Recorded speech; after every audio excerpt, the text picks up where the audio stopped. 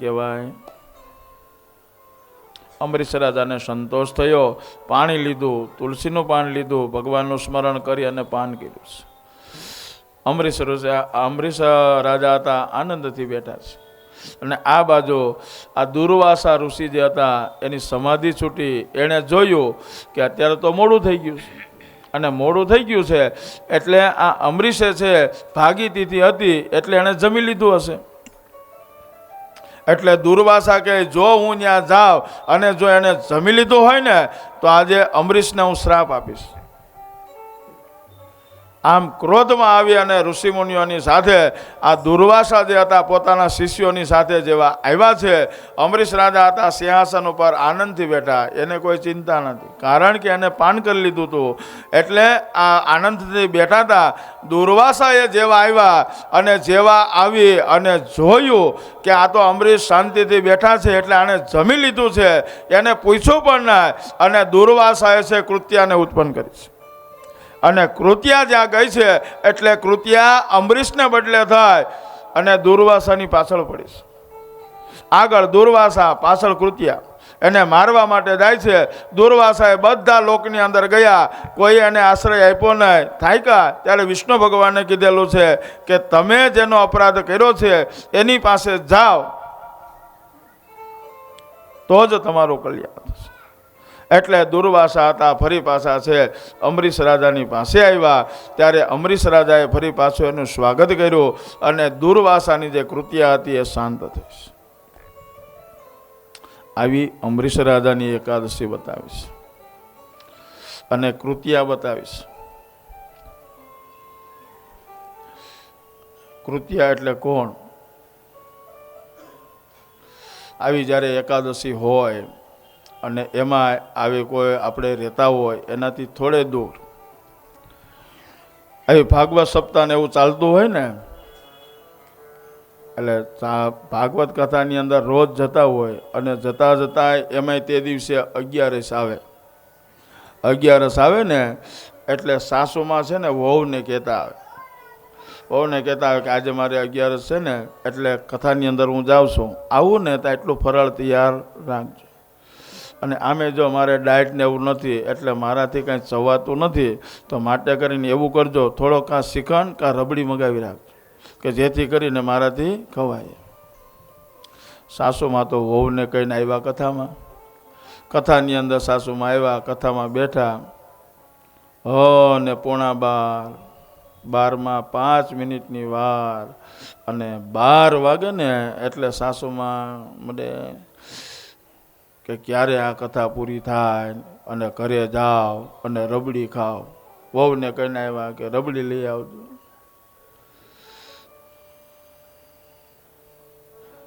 હવે એમાં એવું બને સાસુમાં રબડીની ઈચ્છા રાખે અને વહુ એટલા બધા કામની અંદર પ્રવૃત્ત થઈ ગયા હોય ને તેને લેવા જવાનો ટાઈમ ન રહ્યો હોય. એટલે વહુએ કે ભાઈ એ નથી કાંઈ તો આપણે શીરો બનાવી નાખીએ, તો રબડી ખાવીને શીરોય ખાવ, બે પોચું ખવાય. એટલે વહુ હતા રબડી લાવ્યા નહીં, શીરો લાવીને રાખ્યો તૈયાર. આ બાજુ જેવી કથાને હજી વિરામ આપ્યો, હજી જય બોલે તાતો માજી આગળ રબડી ખાવી રબડી ઘરે ગઈ.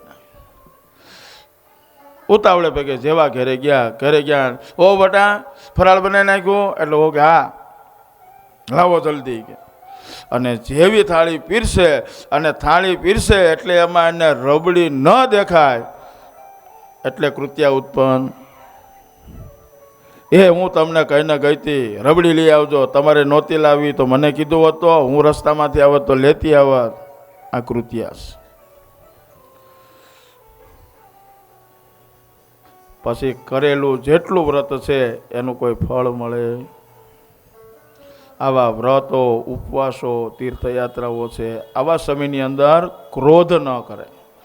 જો ક્રોધ કર્યો એટલે જેટલું આપણું કરેલું છે બધું નિષ્ફળ. સુખદેવજી મહારાજ કહે છે કે રાજા આવી આ અંબરીશની કથા બતાવી છે કે જે પુણ્યશાળી છે અને આવા એકાદશીના વ્રતો છે એ પણ જીવાત્માએ અવશ્ય કરવા.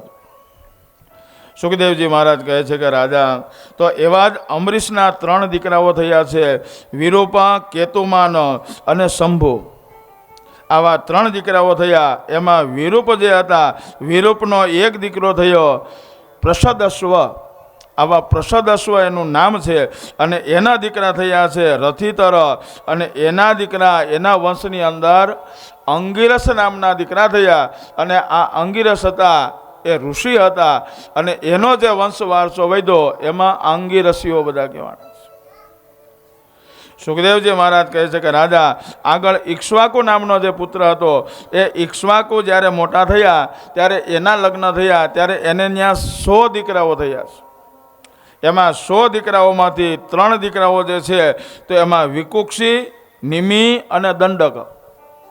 આ 3 દીકરાઓ સાથે એ ઇક્ષ્વાકુને અષ્ટકા નામનું જ્યારે શ્રાદ્ધ કરવું હતું, એટલે શ્રાદ્ધ કરવા માટે થાય અને દીકરાને કીધેલું છે.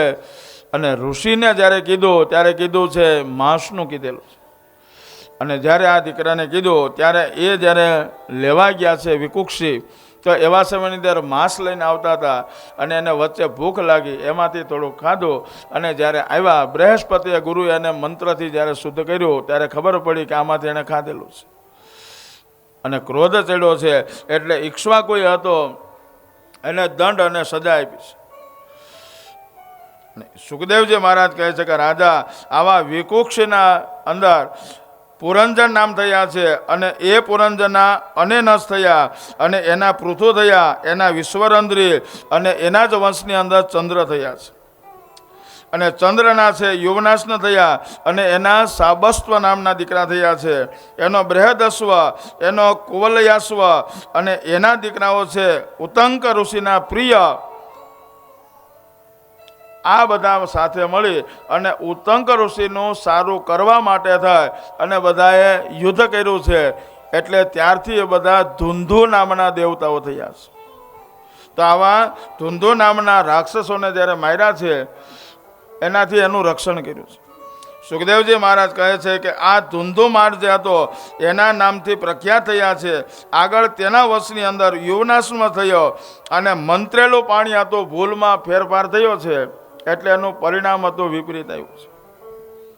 તો એવા વિપરીત પરિણામની અંદર કે જે પાણી પીવાનું હતું, પાણી પીધું છે, એનાથી ગર્ભ રહ્યો છે. એ પાણી પુરુષ એટલે ઋષિએ પીધું છે.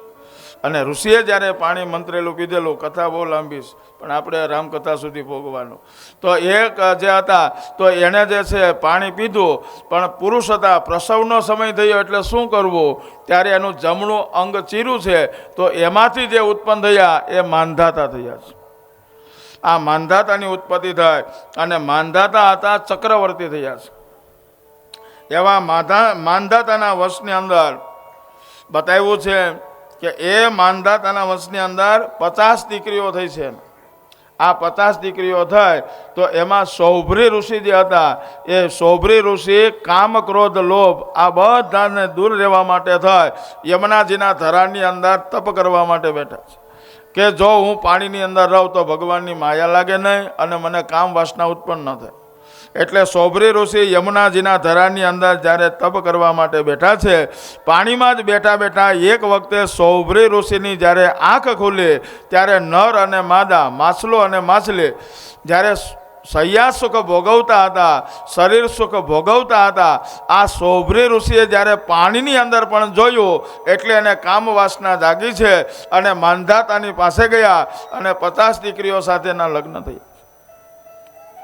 સુખદેવજી મહારાજ કહે છે કે રાજા, તો એ જ પછીના આગળની અંદર કે વાનપ્રસ્થિ થયા, એનું વર્ણન કઈ સંભળાવ્યું. અને એના જ વંશની અંદર ત્રિશંકુ નામે પુત્ર થયો. આ ત્રિશંકુના વંશની અંદર હરિચંદ્ર થયા છે. અને હરિચંદ્રના લગ્ન છે એ તારામતી સાથે થયા. પણ આ હરિચંદ્ર રાજા છે એ સત્યવાદી હતા. અને સત્યવાદી હરિચંદ્રના લગ્ન એ તારામતી સાથે થયા છે. પણ એ હરિચંદ્ર અને તારામતી અને એનો વંશ એટલે એને રોહિત નામનો પુત્ર થયો છે. અને આ હરિચંદ્ર છે ઊભી બજારે છે.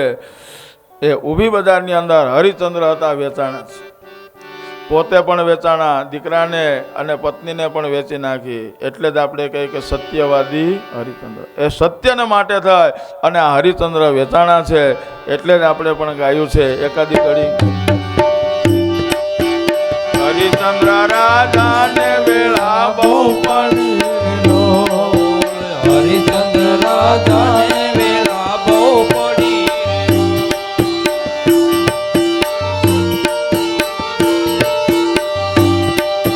સોના રૂપાના બાજોટિયા રે રોલ, સોના રૂપાના બાજોટિયા રે રતન જડ્યા છે આજ મેર રો, હરિચંદ્ર રાજાને વેળા બહુ પડી રે રો, રાજા હરિચંદ્રને વેળા જોને બહુ પડી રે રોલ, હરિચંદ્ર વેચે છે એની મેળિયું રે રોલ, હરિચંદ્ર વેચે છે એની પેટીઓ રે રોલ, મેળિયુંના અરીસા વેચાય જો, રાજા હરિચંદ્ર વેળા બહુ પડી રે રોલ, ધીરે હરિચંદ્ર રાજાને વેળા બહુ પડી રે આવા હરિચંદ્ર રાજાએ સત્યના માટે થઈને વેચાણા છે.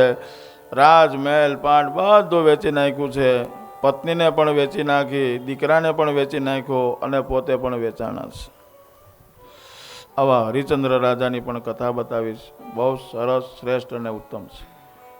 આવી હરિચંદ્ર રાજાના વર્ષની અંદર એના દીકરા રોહિત થયા છે અને એ રોહિત જે હતા, રોહિતના દીકરા હરિત નામીને થયા છે. અને આ હરિતના વંશની અંદર ચંપ નામનું એણે નગર વસાવ્યું છે. તો આ હરિતે જે ચંપ નામનું નગર વસાવ્યું છે તો એને ત્યાં સુદેવ અને તેના છે એવા વિજય નામના દીકરા થયા છે. સુખદેવજી મહારાજ કહે છે કે ત્યાર પછીના એના વંશની અંદર ભરૂક નામના દીકરા થયા, વૃક નામના દીકરા થયા, એના દીકરા બાહુક થયા છે. અને એ બાહુક જ્યારે મરણ પામ્યા ત્યારે તેની પત્ની જે સગર્ભા હતા, અને સગર્ભા હતા એટલે બીજી જે સૌખ્ય હતો એને જોયું છે કે પતિ તો મૃત્યુ પામ્યા છે અને આ અત્યારે સગર્ભા છે, તો એના માટે થાય અને બીજી સૌખ્ય સાથે મળી અને એને ખબર ન પડે એવી રીતના પાણીની અંદર ઝેર પહેરવી અને એને પાયું છે. પણ જેવું એણે ઝેર પીધું છે એ ઝેર પચાવી ગયા અને જે 9 માસ પૂરા થયા ત્યારે એ ઝેર સહિત જે બાળક જન્મ્યું તો એનું નામ સગર રાજા થયું છે. સગર કે જેણે ઝેર પચાવી લીધેલું છે, ઝેર પણ પી ગયા છે, આ સગર. આ સગર રાજાએ છે અશ્વમેઘ યજ્ઞ કર્યો છે અને યજ્ઞ કરી અને અશ્વ છોડ્યો છે. અને એ અશ્વની ઉપર લખેલું હતું કે જે કોઈની તાકાત હોય અશ્વ બાંધે અને અશ્વ બાંધ્યા પછી રાજાની સાથે યુદ્ધ કરવાનું. આ અશ્વને છોડી મૂક્યો છે. અશ્વને કોઈ બાંધી ન શકે, ગમે ત્યાં જાય, ગમે ત્યાં ફરે. એની પાછળ એના રક્ષણ માટે એને સૈનિકો છે. સૈનિકો પાછળ ચાલે છે, અશ્વ આગળ આગળ ચાલે છે. ઇન્દ્રને ખબર પડી એટલે ઇન્દ્રએ હતો આ ઘોડો લઈ અને ન ખબર પડતા કપિલ મુનિના આશ્રમમાં મૂકી દીધો, બાંધી દીધો છે. અને આ જ કપિલ મુનિ કે જે કરદમ ઋષિ અને દેવહૂતિ માતા હતા, અને દેવહૂતિ માતાને આત્મજ્ઞાન આપ્યું, સાંખ્યશાસ્ત્ર બતાવ્યું, અને સાંખ્યશાસ્ત્ર બતાવી અને કપિલ ભગવાન છે સિદ્ધપુરથી તીર્થયાત્રા કરતા કરતા કરતા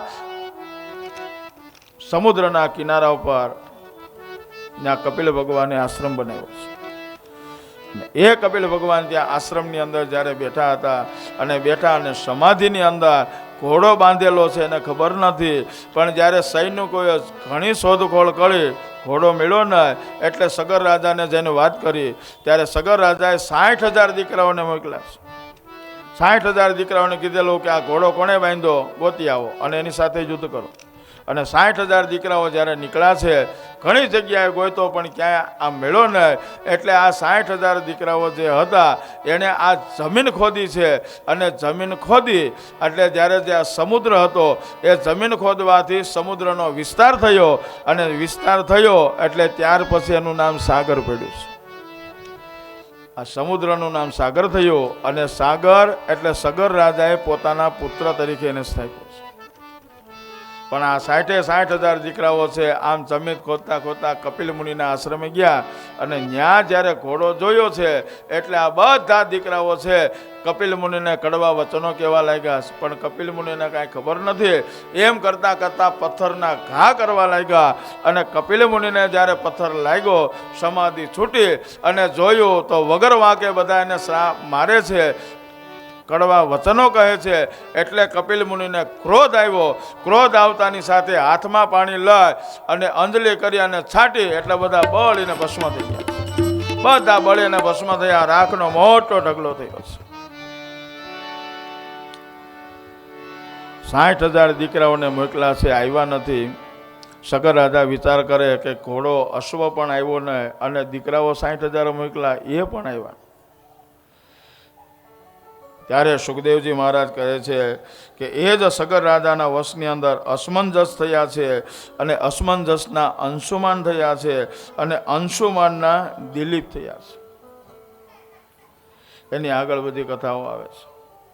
અને એ બધાએ છે આ દીકરાઓને ગોતવા માટે થઈને ઘણો પ્રયત્ન કર્યો છે.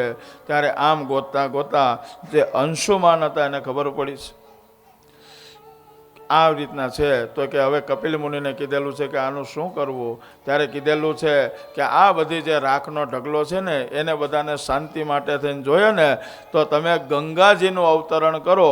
જો ગંગાજી આવે અને ગંગાજીની અંદર આ બધી રાખ પધરાવો તો એનું કલ્યાણ. ત્યારે એક પછી એક 3 પેઢી સુધી જ્યારે તપ કર્યું છે ત્યારે એના જ વંશની અંદર ભગીરથ થયા છે. અને આ ભગીરથ ઋષિએ એટલો બધો તપ કર્યું છે અને તપ કરવાથી છે ગંગાજી પ્રસન્ન થયા. પણ ગંગાજીએ ભગીરથ રાજાને કીધેલું છે કે હું પૃથ્વી ઉપર આવું પણ આકાશમાંથી જેવી સીધી પડીશ ને એટલે પાતાળમાં વહી જઈશ. તો એના માટે થાય અને એવું કોઈ સ્થાન ગોતો કે જેથી કરીને હું અહીંયાથી આવું એટલે મને ઝીલી લે. આવી જેની તાકાત હોય એને ગોતો. ત્યારે ખબર પડી કે ભગવાન શિવજીની તાકાત સિવાય કોઈની નથી. એટલે ભગીરથ ઋષિ હતા એ શિવજીની પાસે ગયા. ભગવાન શિવજીને પ્રાર્થના કરી છે અને પ્રાર્થના કરવાથી ગંગાજી પ્રગટ થયા. અને શિવજી હતા ભગીરથ રાજાને કહે કાંઈ વાંધો નહીં. ગંગાજીને કહે કે આવો અને ગંગાજીને આવવાનું આમંત્રણ આપ્યું. અને શિવજી હતા મોટી જટા ફેલાવી અને ઉભા રહી ગયા છે. અને ગંગાજી છે આકાશમાંથી ઉતર્યા છે. ખળખળ ખળખળ કરતા જેવા આકાશમાંથી ઉતર્યા એટલે બધા ગંગાજી હતા શિવજીની જટામાં આવ્યા. અને શિવજી હતા જટા લઈને બાંધી દીધી. ઘણા વર્ષો સુધી એમાં અટવાના. એટલે ભગીરથ ઋષિએ જ્યારે પ્રાર્થના કરી છે અને એમાંય પણ આપણા કવિઓએ ગાયું છે. અંગે અભિમાન ને આકાશેથી ઉતરી અંગે અભિમાન ને આકાશેથી ઉતરી પડતા ધોધમાર પાણી જટામાં ગંગાજી અટવાણી જટામાં ગંગાજી અટવાણી અવર્ણ દિશમ એના દિલમાં જોગીને મુજને જાણી જાણી જોગીને મુજને જાણી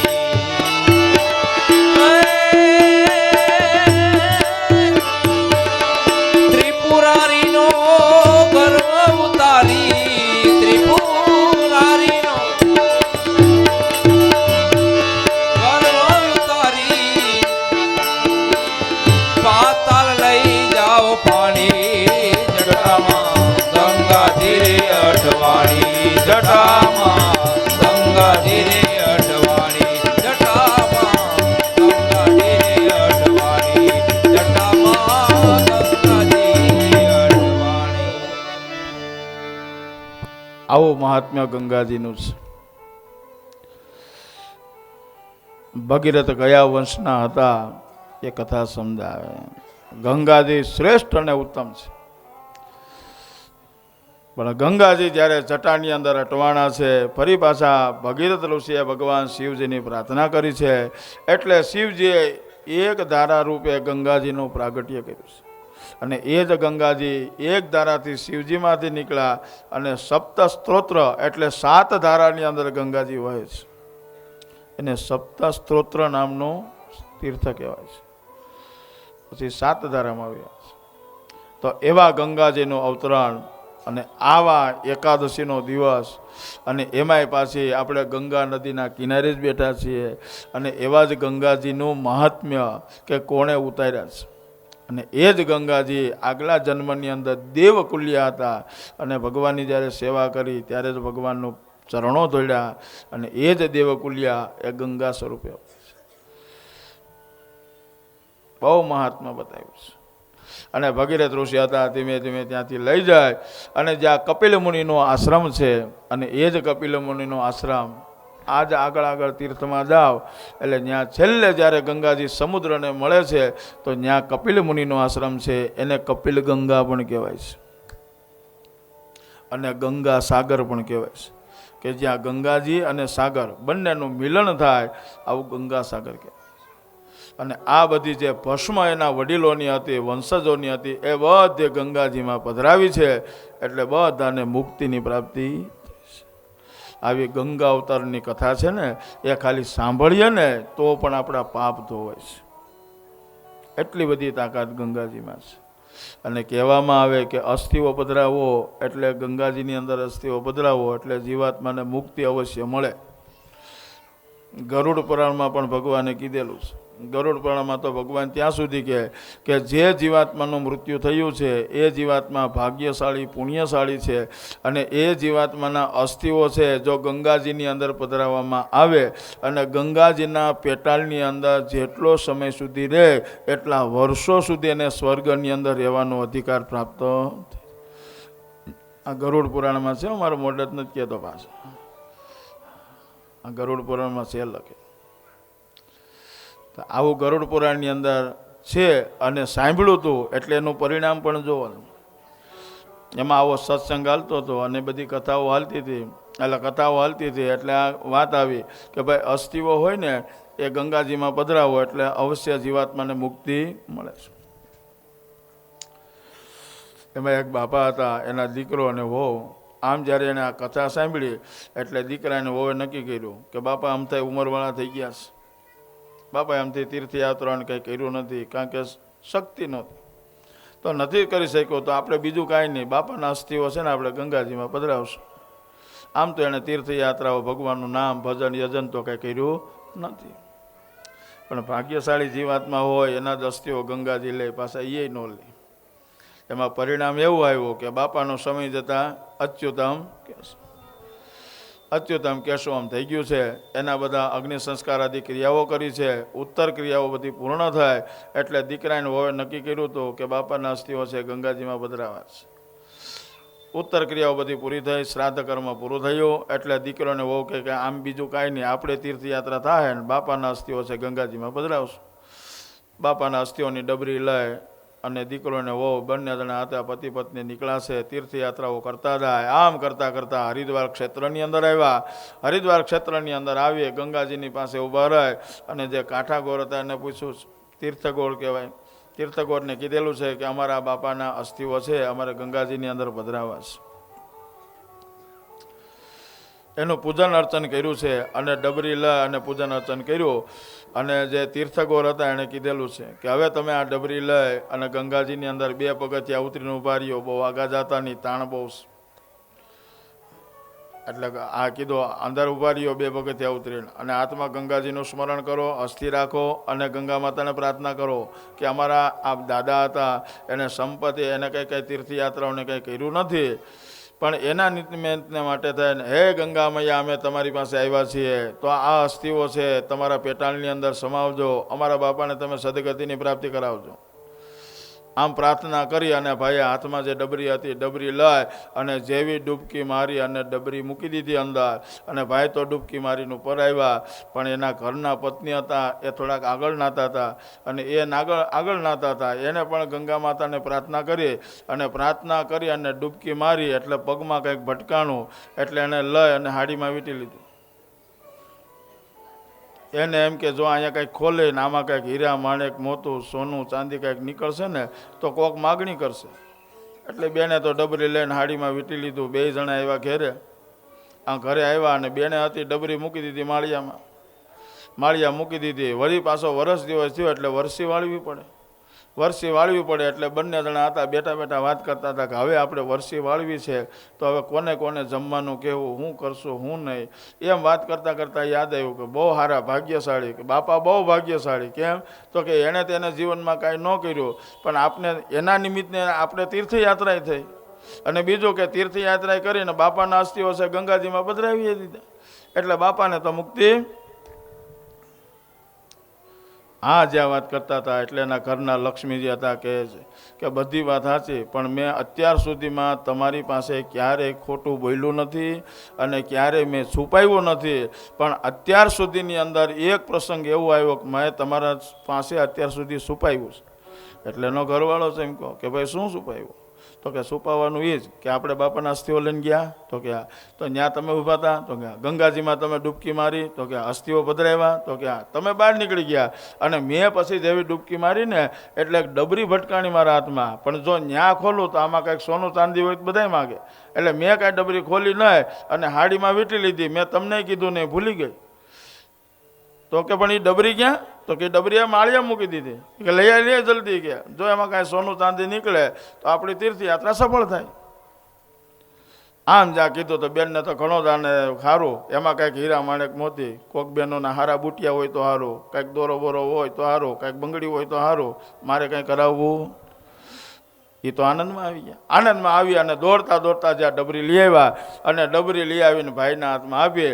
એટલે એના ઘરવાળાને તો ખબર હતી. જેવી ડબરી આપી એટલે ઓલા ભાઈ કહે કે આ ડબરી આ બાપાના અસ્થિઓ છે, એ તું પાછા લઈને આવી. જો ભાગ્યશાળી હોય તો અસ્થિઓ ગંગાજીમાં જાય.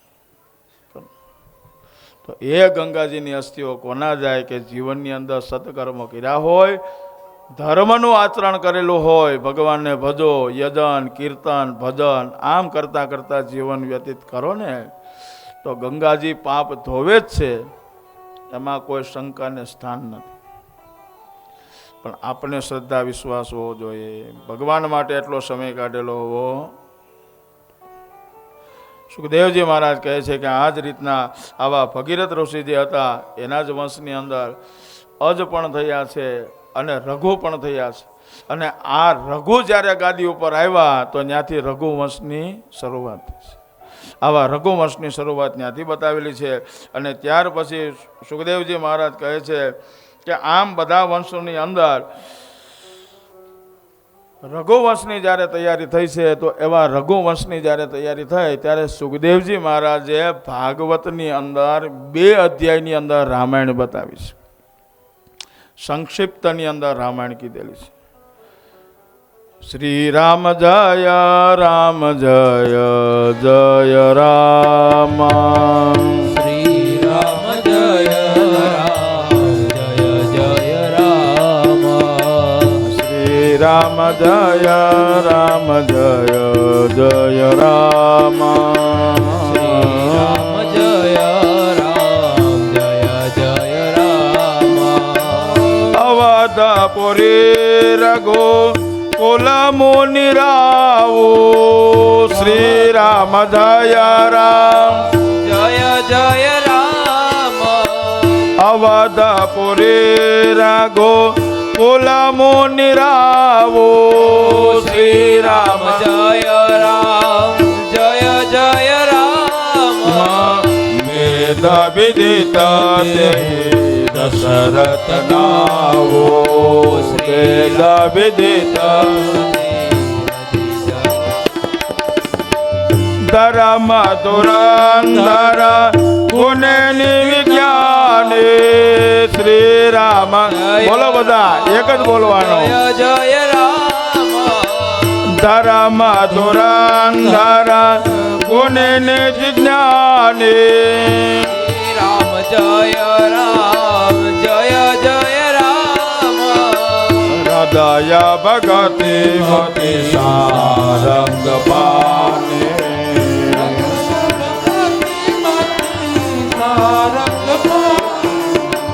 શ્રી રામ જય રામ જય જય રામ.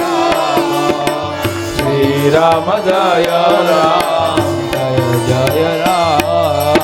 સુખદેવજી મહારાજ કહે કે રાજા એ જ વંશની અંદર રાજા દશરથ થયા છે. અને આ દશરથ રાજા સરયુ નદીના કિનારા ઉપર અયોધ્યા નામની નગરી છે એના રાજા બન્યા છે. એ દશરથ રાજાને 3 પત્ની છે. કૌશલ્યા માતા છે, કૈકેયી માતા છે અને સુમિત્રા છે. મોટી ઉંમર થતાં રાજાને વંશવારસો એટલે સંતાન નથી. તો સંતાન ન હોવાનું રાજા દશરથને ઘણું દુઃખ થયું છે. અને એ દુઃખ થતાની સાથે જ દશરથ રાજા છે પોતાના ગુરુ વશિષ્ઠ પાસે ગયા અને વશિષ્ઠને જઈને જ્યારે વાત કરી ત્યારે પુત્ર કામેષ્ટિ માટે તેને કીધું છે. સુખદેવજી મહારાજ કહે છે કે રાજા દશરથ રાજાએ પુત્ર કામેષ્ટિ યજ્ઞ કર્યો અને યજ્ઞ પૂર્ણ થતાની સાથે જ યજ્ઞ નારાયણ હતા ચરુ લઈને એમાંથી પ્રગટ થયા છે. બોલો યજ્ઞ નારાયણ દેવ કી. આવા યજ્ઞ નારાયણ ચરુ લઈને પ્રગટ થયા. દશરથ રાજાને ગુરુને આપ્યો છે.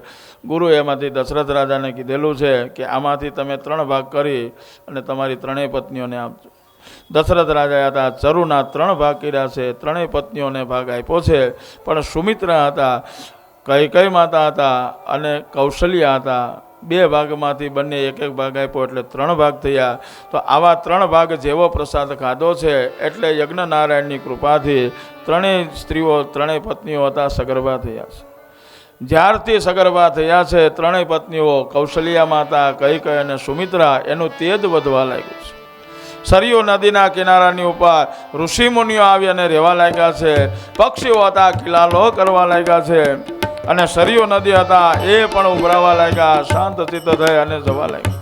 આમ કરતા કરતા સમય જ્યારે આવ્યો છે ત્યારે દશરથ રાજાને ખબર હતી કે સગર્ભા સ્ત્રી હોય છે તો ત્યારે એની જે ઈચ્છા હોય તે પૂર્ણ કરવી પડે છે.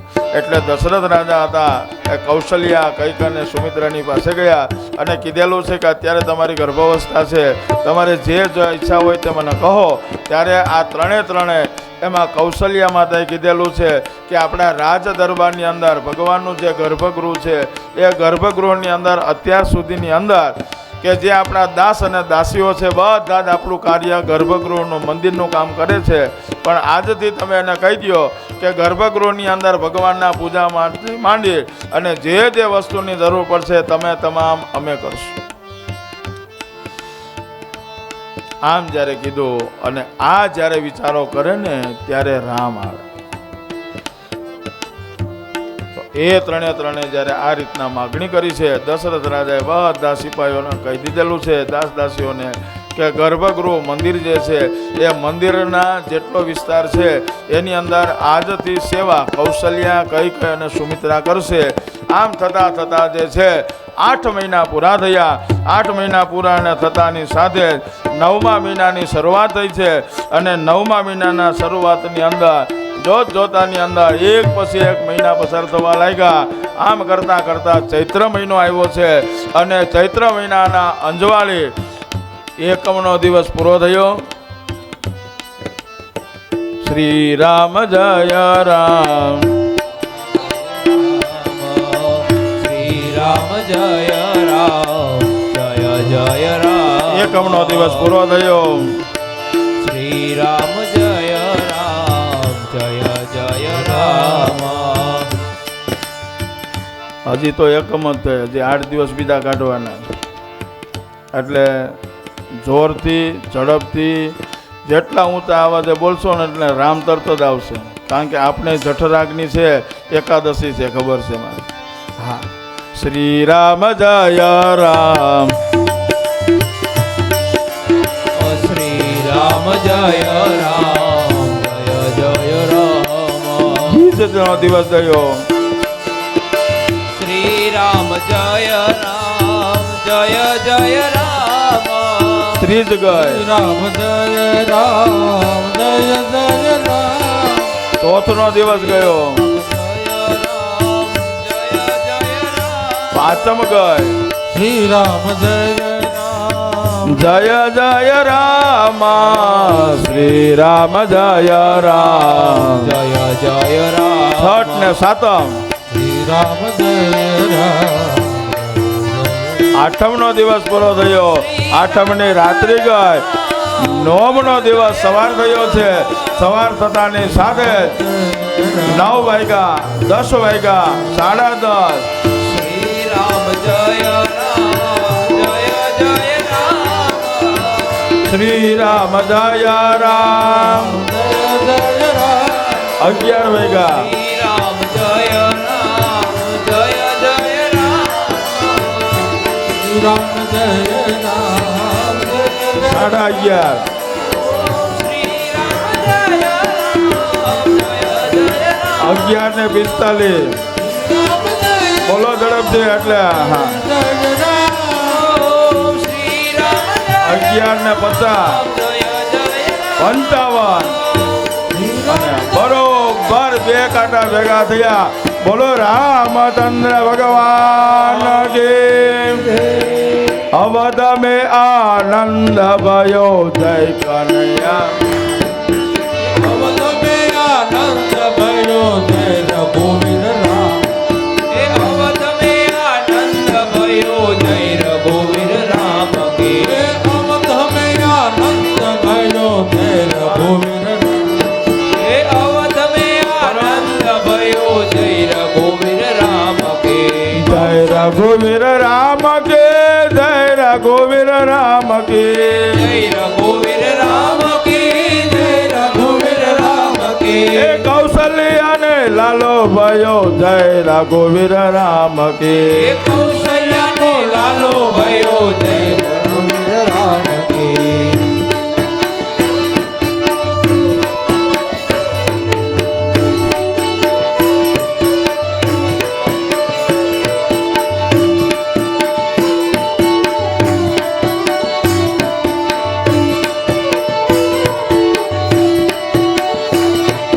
હાથી દિયો ઘોડા દિયો ઓર દિયો પાલકી. હાથી દિયો ઘોડા દિયો ઓર દિયો પાલકી હાથી દિયો ઘોડા દિયો ઓર દિયો પાલકી. હાથી દિયો ઘોડા દિયો ઓર દિયો પાલકી અવધ મેં આનંદ ભયો જય રઘુવીર રામ. એ અવધ મેં આનંદ ભયો જય રઘુવીર રામ કે એ કૌશલ્યા કો લાલો ભયો જય રઘુવીર રામ. એ કૌશલ્યા કો લાલો ભયો જય મનોહર રામ કે અવધ મેં આનંદ ભયો જય રઘુવીર રામ કે અવધ મેં આનંદ ભયો જય રઘુવીર રામ કે કૌશલ્યા કો લાલો ભયો જય રઘુવીર રામ કે અવધ મેં આનંદ ભયો જય રઘુવીર રામ કે અવધ મેં આનંદ ભયો જય રઘુવીર. અવધ મેં આનંદ ભયો જય રઘુવીર રામ કે અવધ મેં આનંદ ભયો જય રઘુવીર રામ કે અવધ મેં આનંદ ભયો જય રઘુવીર રામ કે અવધ મેં આનંદ જય રઘુવીર રામ કે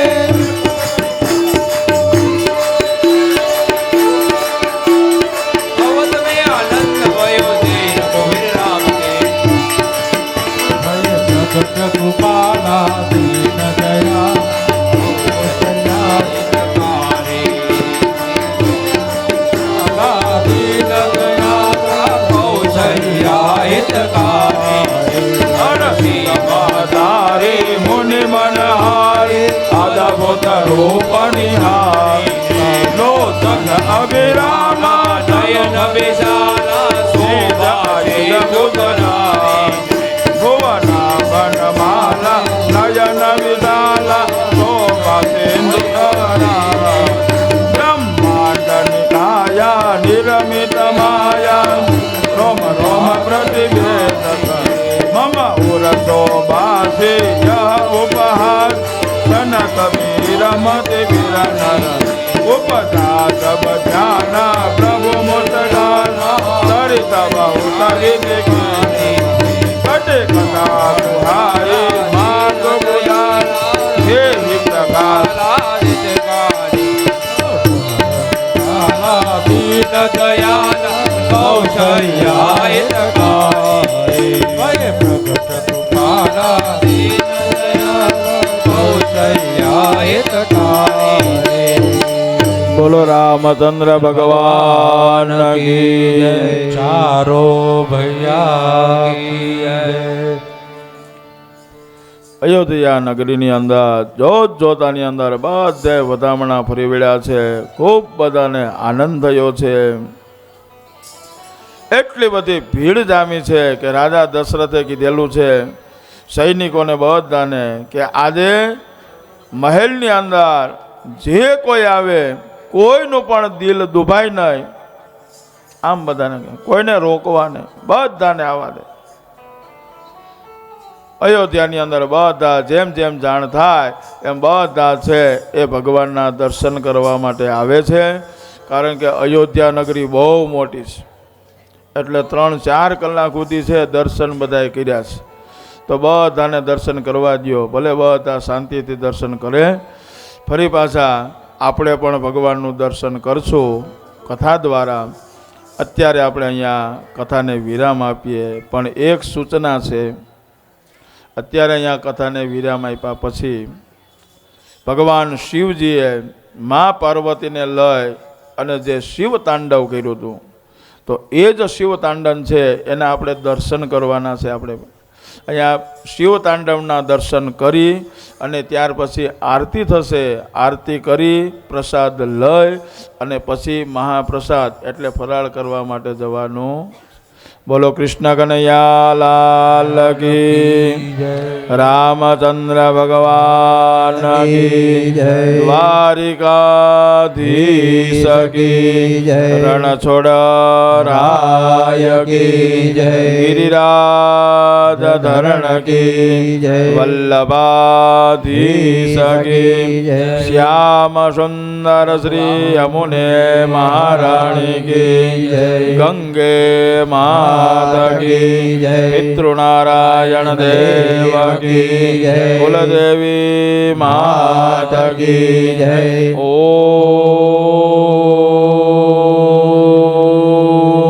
નમઃ પાર્વતી પતયે.